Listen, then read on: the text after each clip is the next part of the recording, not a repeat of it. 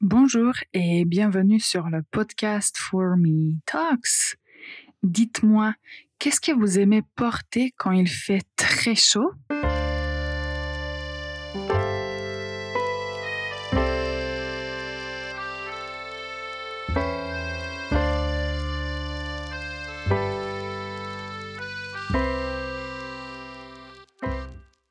Bonjour et bienvenue sur le podcast For Me Talks, le podcast pour les apprenants de la langue française.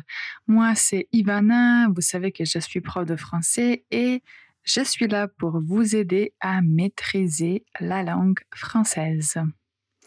Alors aujourd'hui, en Europe, il fait chaud, c'est l'été et j'aimerais en parler. Je sais que dans d'autres bouts du monde, tels que Australie, en ce moment, il ne fait pas chaud, mais je suis sûre que vous aurez besoin de ce vocabulaire au moment où l'été arrive en Australie et dans d'autres parties du monde où en ce moment il fait froid. Donc aujourd'hui, nous allons parler du vocabulaire concernant l'été, mais restez avec nous pour en savoir plus. Avant de commencer, je vous donne, comme d'habitude, la faute de la semaine. Écoutez la phrase. Je suis chaud aujourd'hui, il fait 35 degrés. Je suis chaud aujourd'hui, il fait 35 degrés. Quelle est la faute? La faute, c'est l'usage du mauvais verbe. Vous n'allez jamais dire « je suis chaud » pour dire que la température est élevée et que vous voulez juste prendre quelque chose de rafraîchissant. Donc, « je suis chaud » peut avoir un contexte différent. Donc, si vous voulez parler de la température corporelle ou juste de la sensation de chaleur, il faut utiliser le verbe avoir. En français, l'expression c'est avoir chaud. On va aussi avoir pour le froid, avoir froid.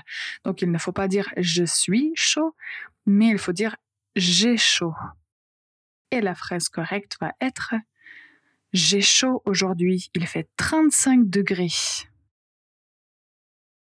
D'accord, j'espère que vous n'avez pas fait cette faute. Si vous l'avez faite, j'espère que ce sera ou que c'était la dernière fois. Ok, alors en été, d'habitude il fait chaud, je remarque qu'il fait de plus en plus chaud et d'habitude il faut choisir des vêtements qui sont légers, confortables, avec des matières qui sont adaptées à la chaleur. Et aujourd'hui, nous allons parler de quelques vêtements et je vais vous donner aussi des accessoires dont on a besoin pour se protéger du soleil et pour être à l'aise. Donc, on parle tout d'abord des vêtements d'été. Donc, en été, d'habitude, on porte un t-shirt. C'est drôle, mais en français, on utilise le mot qui existe en anglais, un t-shirt. Si le t-shirt n'a pas de manches, les manches, c'est ce qui, en fait, le tissu sur les bras, c'est une manche. Si le t-shirt n'a pas de manches, ça s'appelle un débardeur. Un débardeur. Donc, un débardeur, on peut dire que c'est comme un t-shirt sans manches. On peut aussi porter un short. Un short, c'est comme on peut dire un pantalon sans manches. Je plaisante, mais un short, c'est un pantalon court, on peut dire. Et les filles peuvent porter des jupes, une jupe. Avec une jupe, il faut porter soit un débardeur, soit un t-shirt ou quelque chose de similaire. Et les filles peuvent aussi porter des robes, une robe. Si on porte une robe, c'est très pratique parce qu'il faut juste choisir les robes et c'est bon. Pour les hommes, on peut aussi porter un bermuda qui est comme un short. Et il y a aussi des chemisettes. Une chemisette. Peut-être que vous connaissez déjà le mot une chemise. Une chemise, c'est un vêtement élégant. Une chemisette, c'est une chemise à manches courtes. Donc, une chemise a des manches longues, alors qu'une chemisette a des manches courtes. Dites-moi dans les commentaires qu'est-ce que vous portez, quelle est votre combinaison, quelle est votre tenue préférée pour l'été. J'ai 2 autres mots à partager concernant les vêtements et puis on va passer aux accessoires.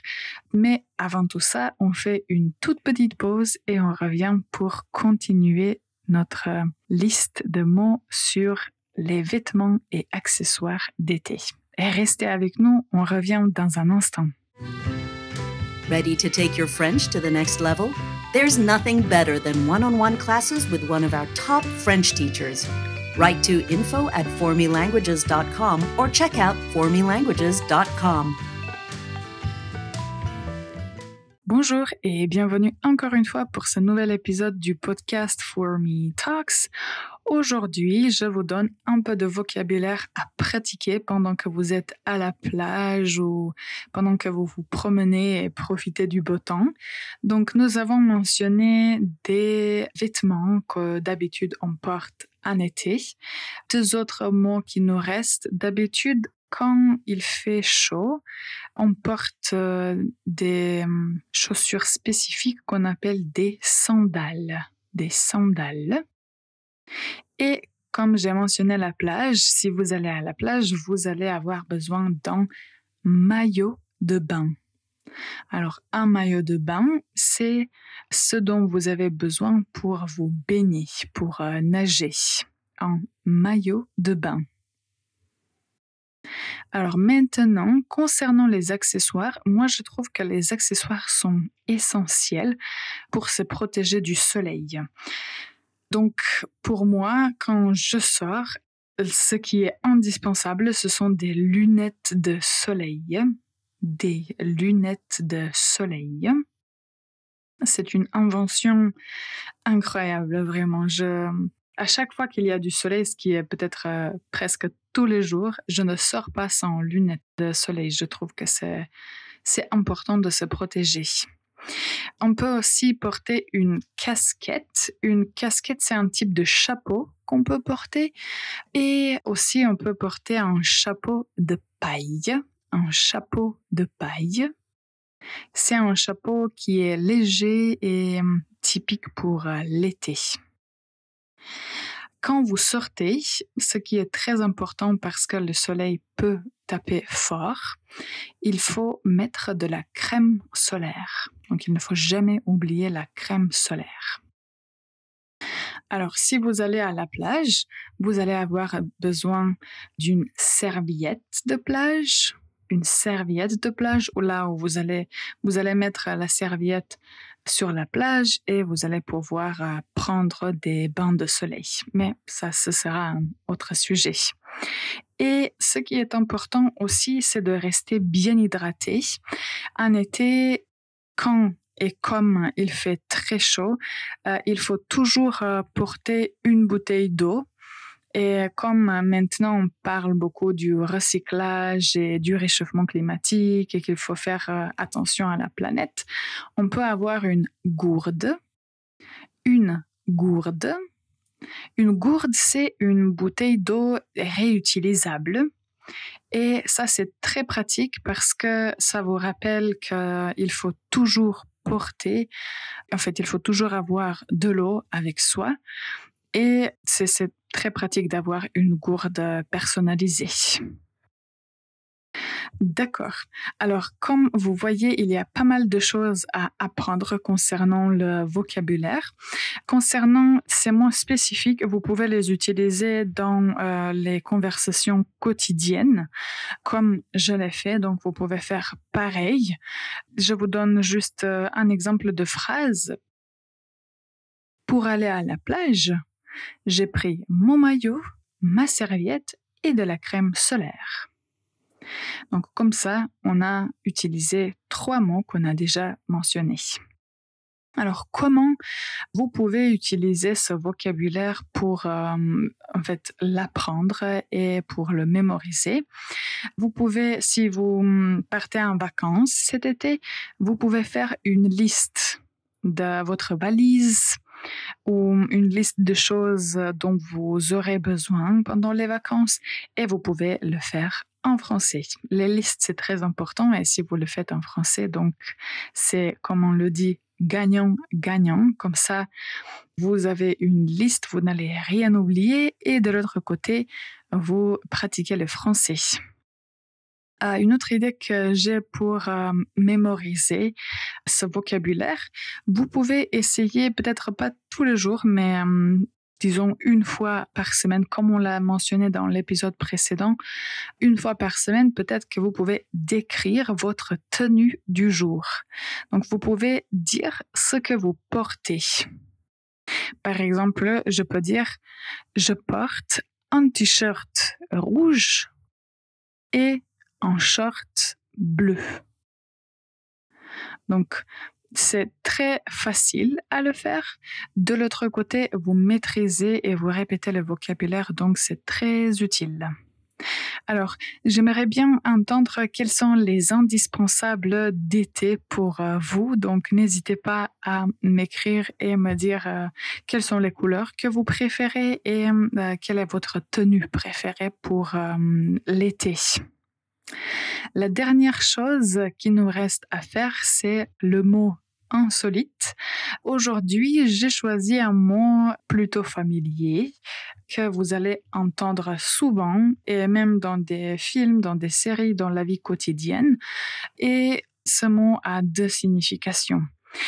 Il s'agit du verbe zapper. Zapper. Alors, je vous donne l'exemple et après je vous explique comment on l'utilise. J'ai complètement zappé notre rendez-vous. Désolée. J'ai complètement zappé notre rendez-vous. Désolée. Zapper. Alors, l'usage familier, c'est oublier quelque chose. Et dans ce contexte, vous allez l'entendre plutôt souvent. Donc, si une personne zappe quelque chose, ça signifie qu'elle a oublié de faire quelque chose ou juste elle a oublié une chose. Zapper. Une autre signification, en fait, peut-être que c'était la première signification qui vient du mot anglais, c'était changer de chaîne rapidement. Je ne sais pas si on va l'entendre souvent dans ce contexte parce qu'aujourd'hui, il y a beaucoup d'autres technologies qu'on utilise plutôt que la télé. Mais si vous changez de chaîne rapidement, en fait, vous zappez. Vous zappez. C'est un mot, je trouve, utile, donc n'hésitez pas à le mettre en contexte pour le retenir. Ok, alors pour conclure cet épisode, aujourd'hui, nous avons appris quelques mots du vocabulaire. Peut-être que ces mots n'étaient pas nouveaux pour vous, mais je vous encourage à essayer de les utiliser dans la vie de tous les jours et juste à essayer de les intégrer dans les textes que vous écrivez peut-être pour pratiquer votre français. Et s'il y a quelque chose que j'ai oublié ou s'il y a un mot de vocabulaire que vous aimeriez partager, n'hésitez pas à nous écrire. En tout cas, je remercie toutes les personnes qui nous ont écoutés jusqu'à la fin. Je vous souhaite une excellente journée et à la prochaine.